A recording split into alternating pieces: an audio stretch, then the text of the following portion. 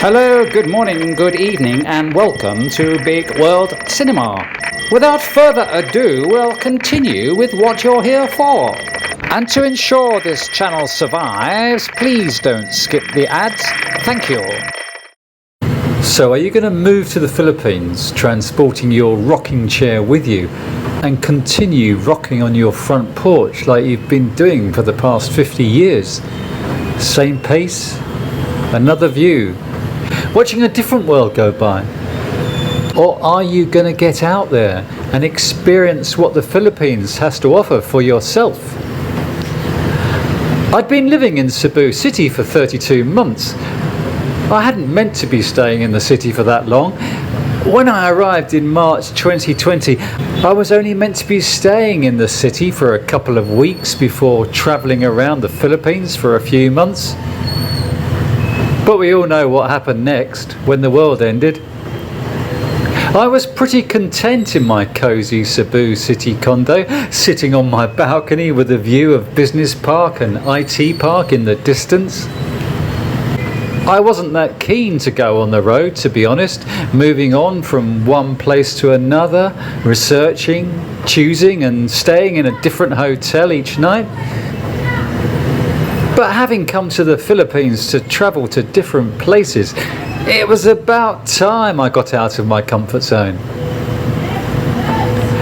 I had 16 weeks to play with and highlighted about 12 places I'd like to see before I needed to leave the country after my 3 years were up at the beginning of March. All I'd visited on Cebu Island so far were Camotes and Bohol. The 12 places I envisaged visiting had mostly been on the list when I plotted out a rough itinerary 3 years earlier, but had added some extra places which I'd learned about in the meantime during lockdown.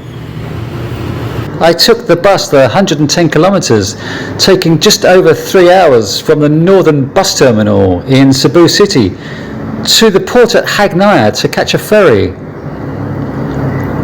I left Cebu City at early morning, avoiding the rush hours when traffic movement in and out of the city is painfully slow.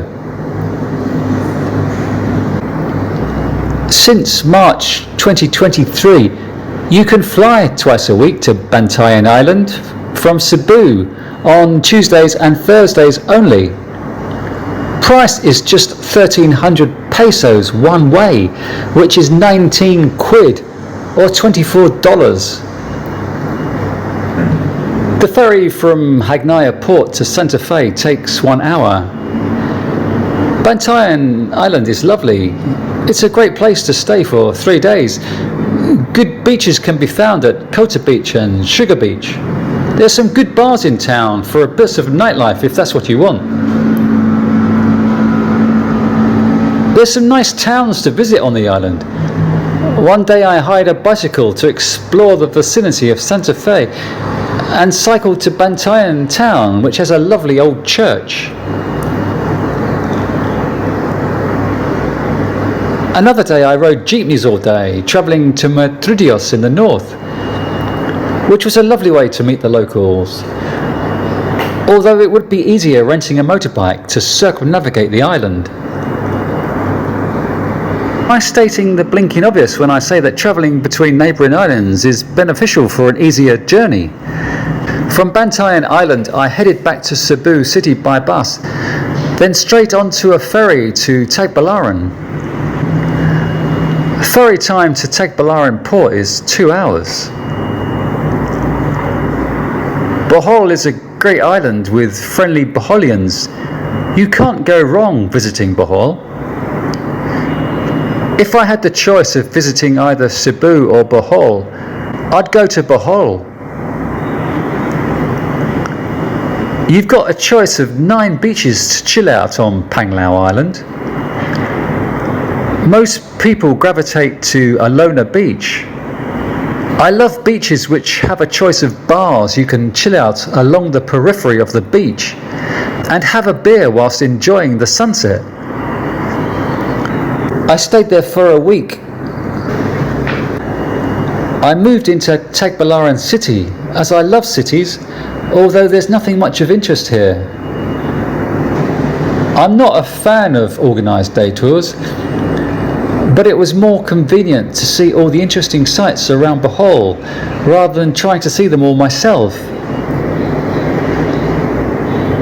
A driver turned up at my hotel at 8 a.m.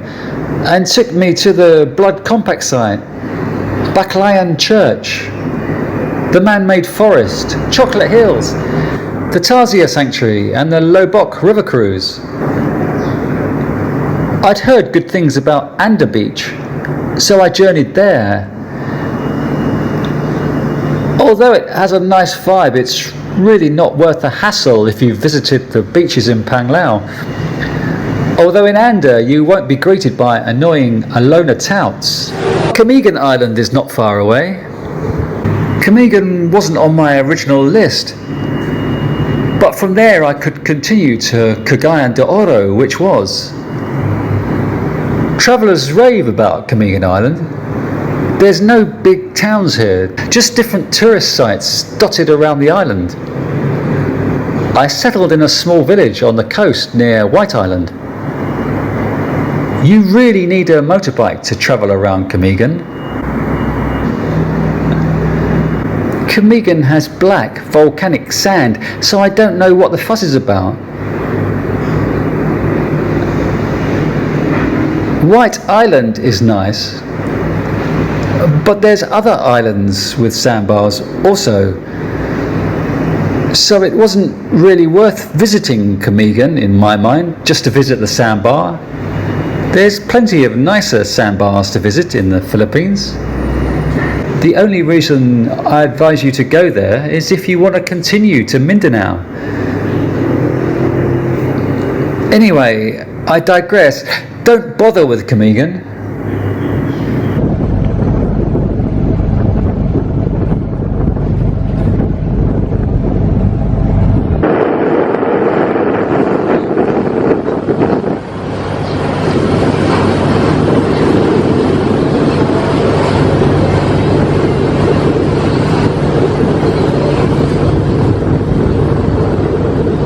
So I've arrived in Mindanao. Where are we? What is this place called? Where are we? What's this place? Tell me where we are. Tell me where are we? Natan? Okay, thank you. That's where I am. At least I know where I am now. I've just got off the boat from Camiguin, so I'm on the way to Cagayan de Oro. So this is just a pit stop. This is just a lunch stop. So I don't know where I am, but I've just been told. Hello, hello. How are you? Welcome to Cagayan de Oro City. Thank you very much. Thank you for having me. Cagayan de Oro is a first-class, highly urbanised city in the region of northern Mindanao. It is the capital of the province of Misamis Oriental. It is a vibrant, multicultural city with over 50 mosques dotted around the city. Hello. I love cities. Are you good? I walk each day for hours pounding the streets. I find much more life to see on the streets than a hike up a mountainside. Even if I'm not taking photographs or shooting video, I still like the energy and interest that a city provides. If you don't like walking around in the daytime heat, then the malls are good places to go in CDO. You're spoilt for choice here. When I arrived in Cagayan de Oro, it felt good to be back in a big city. I love cities. As much as I love seeing new places, I'd felt unsettled after 8 weeks on the road, and I felt travel weary. It's tiring being on the road. I was fed up with searching for places online or walking around looking for somewhere suitable for my needs. Constantly packing up and moving on to a different place, to a different hotel.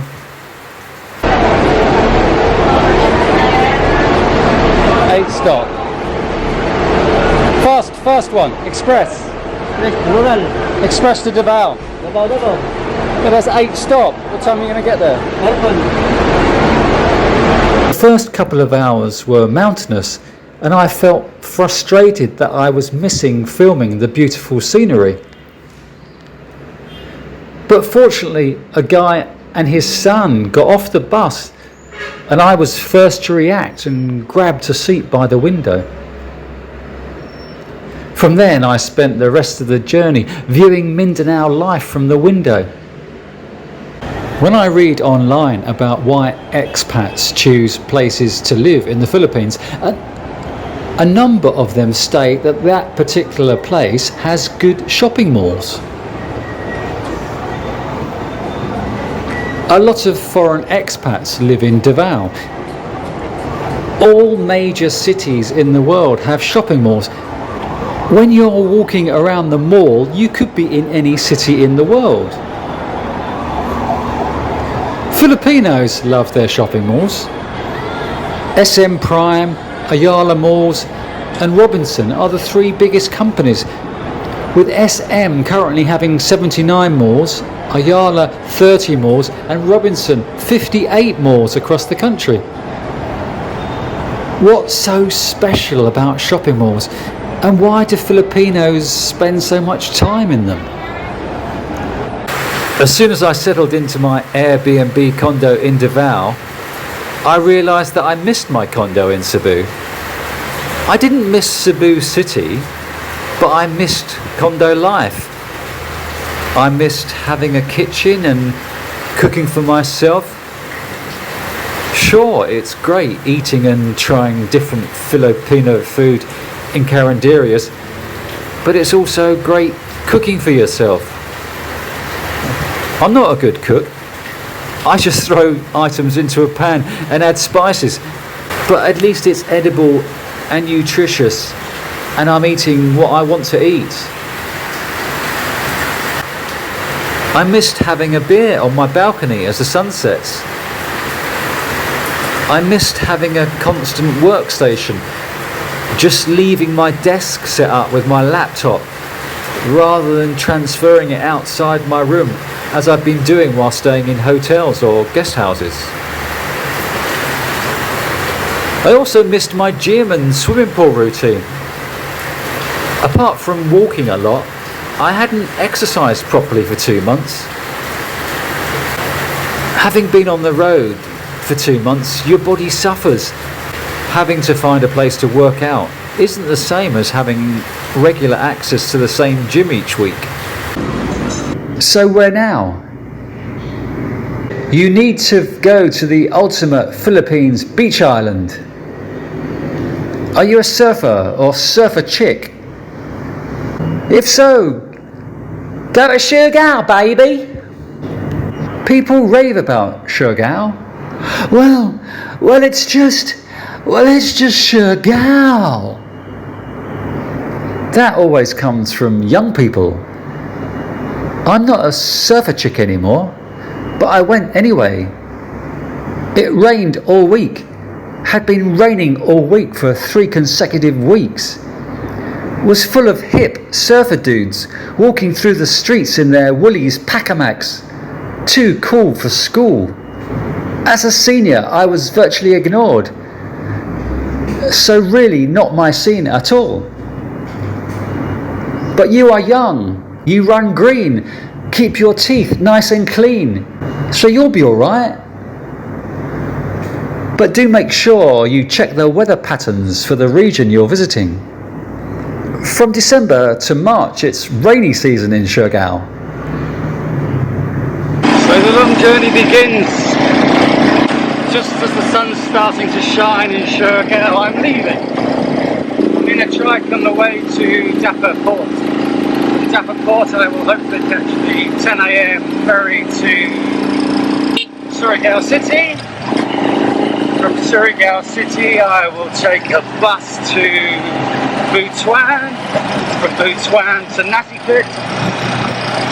And from 10 PM tonight, there's a ferry to Hagna in Bohol. There's only 2 ferries a week from Nasipit, on Sunday and Thursday. So I'm catching the Sunday night ferry to Hagna and Bohol. Should arrive 5 AM tomorrow morning. Then take a bus to get from Tagbalara and take the 10 AM ferry to Dumaguete, which should arrive at 12:30 tomorrow afternoon.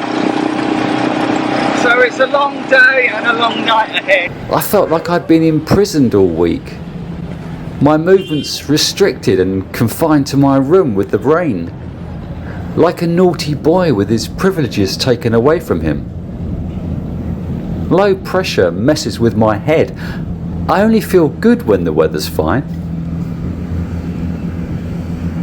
Even though we were due for a reprieve for the early part of the following week with reduced rain, I didn't want to stay around. I was done waiting for Siargao to shine. You had your chance, Siargao. I'll take my sunny existence elsewhere, thank you very much. Negros, here I come. Dumaguete has been a place I've yearned to visit ever since I started researching the Philippines. In fact, it was vlogger Rique who first put the Philippines on my radar. I'd watch videos from Rique and Gio set on the boardwalk. So I've been wanting to come to Dumaguete to see what the big fuss was about. Everybody raved about the city, saying it's the city of gentle people. The best place in the Philippines for expats to live. Due to the pandemic, it's taken me 3 years to get here. I was excited when I was on the ferry from Bohol, finally on my way here. As soon as I stepped off the ferry at the port, the sun was shining. It was a beautiful morning. As I walked along the boardwalk, I thought, what a fantastic location this is. Wow, the traffic was fierce and congested. Crossing the road was difficult. And I've lived in Cebu City. I know what busy traffic is like. Downtown Dumaguete is not very big. You can virtually circle the city within an hour. The main street has all the stores, plus a large market. The surrounding streets are dirty. What's the big deal with Dumaguete, I thought? Why are you living here? How long does it take to judge a place before you decide you want to live there? My first impressions of Dumaguete weren't great. But I'm a cup half empty kind of guy, so that's not unusual. I'd often rock up in cities and beaches and immediately think, yeah, and... But you can't judge a place within a couple of hours or days of being there, can you? I read one Facebook post where a guy had leased a property in Dumaguete, but as soon as he arrived here, he hated it and realised he'd made the wrong decision. Jesus, you can't decide on living in a place just by watching YouTube videos, can you? Unless they're mine, of course. 8:20 Friday morning, and I'm leaving Dumaguete and going to Bacolod, which is a 5-hour bus trip through Negros. I spent 18 nights in Dumaguete, same amount of time that I spent in Davao. That was far too long to spend in Dumaguete, but I wanted to see what all the fuss was about and why so many expats had decided to settle there. In my mind, it's just a sleepy village, strangely given the status of a city. Sure, it has a lovely boulevard with pleasant bars and restaurants overlooking the sea. It's meant to be an arty place, but I didn't get that. No hipster cafes and galleries. I was surprised to actually see quite a lot of younger foreigners around. If you were studying here, I imagine it would be a cool place to study, where you can become involved in social groups and what's going on. But as an older person, I didn't see its appeal, and certainly felt that there weren't enough places to frequent, sites to visit, or enough going on to make me want to live there. But maybe I've been too harsh in the 2 videos that I produced on Dumaguete. Each to their own, somebody commented. So I apologise if I've given your beloved Dumaguete a bad rap. I guess the appeal for those that live there is that you don't need much to keep yourself occupied. You just go there to die. I didn't really spend much time in Bacolod city itself. I was staying downtown near to SM City and a boardwalk beside the sea, if you can call it that. It was really just a wall where teenagers hung out after school with a couple of eateries. Nothing like the boardwalk in Dumaguete. Walking around Bacolod for a couple of hours on Sunday morning, I got a quick flavour, and it seemed to be a pleasant enough city. Although with parks, squares and malls, it was similar to other Philippine cities. Although I did feel there were wide sidewalks, which gave it a European or American feel, plus cycle lanes, which I hadn't seen in other cities in the Philippines. Just been in Bacolod for 2 nights, and I'm heading for the port to catch a ferry to Iloilo. I like Bacolod. There's a lot going on, parks, there's a lot of space, quite clean, the people are friendly, there's some malls. Seems like a good place. So this trip shouldn't be long, shouldn't be more than 3 hours to get to Iloilo. Better than the trip on the way up here, which took 7 hours, which by the end of it I was tearing my hair up. The longer I travel, the more irritable I get, so I don't think you should travel for more than a couple of months and settle down for 3 or 4 weeks. Recharge your batteries, take stock. It's been over 3 months now since I started travelling out of Cebu, and that is a very long time to be on the road, packing up every week, searching for hotels online, choosing hotels, reviewing hotels, packing up, moving on every week. It just gets very tiring, so I'm looking forward to having a break, really, settling down in one place. I'm staying in Iloilo proper. That's the actual name, not the nickname. That's proper Iloilo, that is. So it's a good area, close to eateries and malls. I don't really know the benefit of staying close to Robinson's Mall, but at least it has a food court. This is probably the best part of the city to stay anyway. I prefer staying downtown, in the heart of the city, where the action is. Iloilo is quite spread out, but I was close to the shut up, dog. But I was close to the river and would often walk to the wonderful Riverside Walk, which runs alongside the river, strangely enough. A couple of times I ventured outside city proper, taking a jeepney north of the river. Iloilo Business Park is property developer Megaworld's award-winning 72-hectare township, hosting Iloilo's newest and most modern central business district. Built on the site of the former Iloilo Airport, which Megaworld acquired from the national government in 2007 for 1.2 billion pesos, Megaworld started construction in 2011.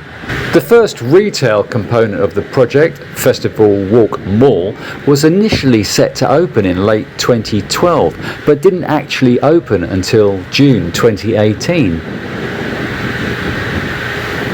At the 2018 Asia Property Awards, Iloilo Business Park was hailed by Property Guru as the best township development in Asia and the most successful township outside Metro Manila. It's 7:40 and I'm in a taxi on the way to the northern bus terminal in Iloilo. about to go to Boracay. What's your nationality, my friend? I am British. I am from British? England. Yes. British of all. So this will be my last long bus journey for a while. Yeah, you go there. It was almost 5 5 hours? Yeah, 5 to 6 hours. Checking the hotel booking. Just buy your ticket.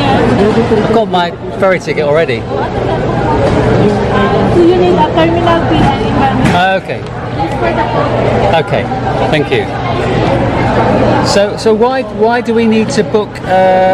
Why do we have to book a hotel before we go? These for the requirements. Okay. All right.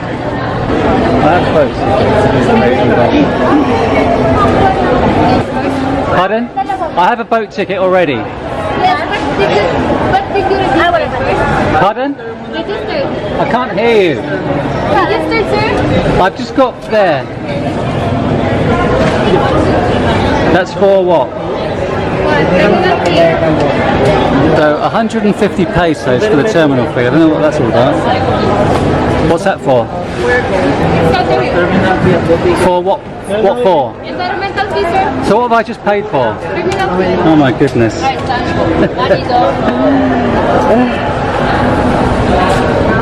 Hello. 300.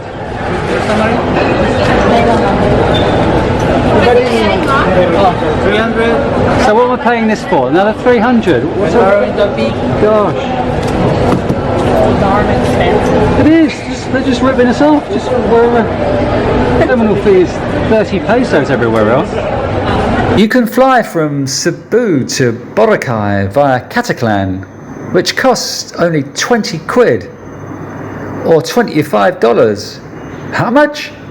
Yeah, dirt cheap. I loved Boracay. Stayed there for a week. Could have stayed longer. I loved how everything was compact. Beach, town, and nightlife all in one place. You can walk everywhere. Much more compact than Panglao Island on Bohol. Much more going on and not as many tourist touts spoiling my cheerful persona. But there are plenty of tourists. So it's very touristy, with hundreds of people on White Beach at sunset battling for the perfect Insta spot. But thankfully there's plenty of White Beach to go around. Just head to the perimeter if you want to be away from the crowds. You can find some nice quiet spots if you want to be alone and have a quiet drink at sunset, contemplating your navel, as I did. It was getting pretty hairy down there, as a passing Filipina was pretty quick to point out. But the following morning I attacked it with a machete on Bacolod Beach, as the wind made off with my chest wig. They say Boracay is expensive, but you can find budget places, as I did. And places selling happy hour beers all day to keep you happy. You can fly from Boracay onto El Nido, which costs over 100 quid. It's only a toy plane flies there. Or you can go from Cebu to El Nido. You can also fly from Cebu or Boracay to Coron, or vice versa. So it is possible to do all three, but slightly hectic, as are all these flight logistics between these destinations that are getting me all confuddled. Anyway, all I did was go to Boracay, because I ran out of time and Skyscanner kept crashing with all the flight combinations I was trying. On my next visit I need to go to Palawan to visit El Nido and Coron, and then I can make another video. Okay, ready, girls? 3, 2, 1. Welcome to Boracay! Here at BWC, we are a sharing community. So could you kindly keep Uncle content by sharing this video with your friends? Thank you.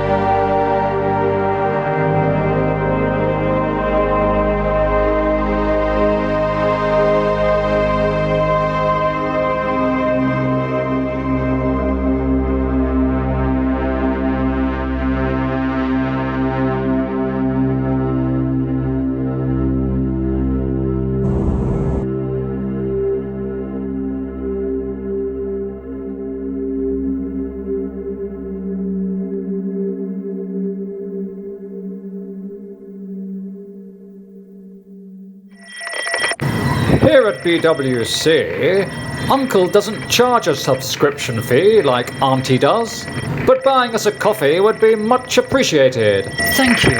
Anyway, if you liked the video, please could you like, share and subscribe. Don't forget to ding the notification bell to see my videos before your friends. See you on the next video. Take care, everyone.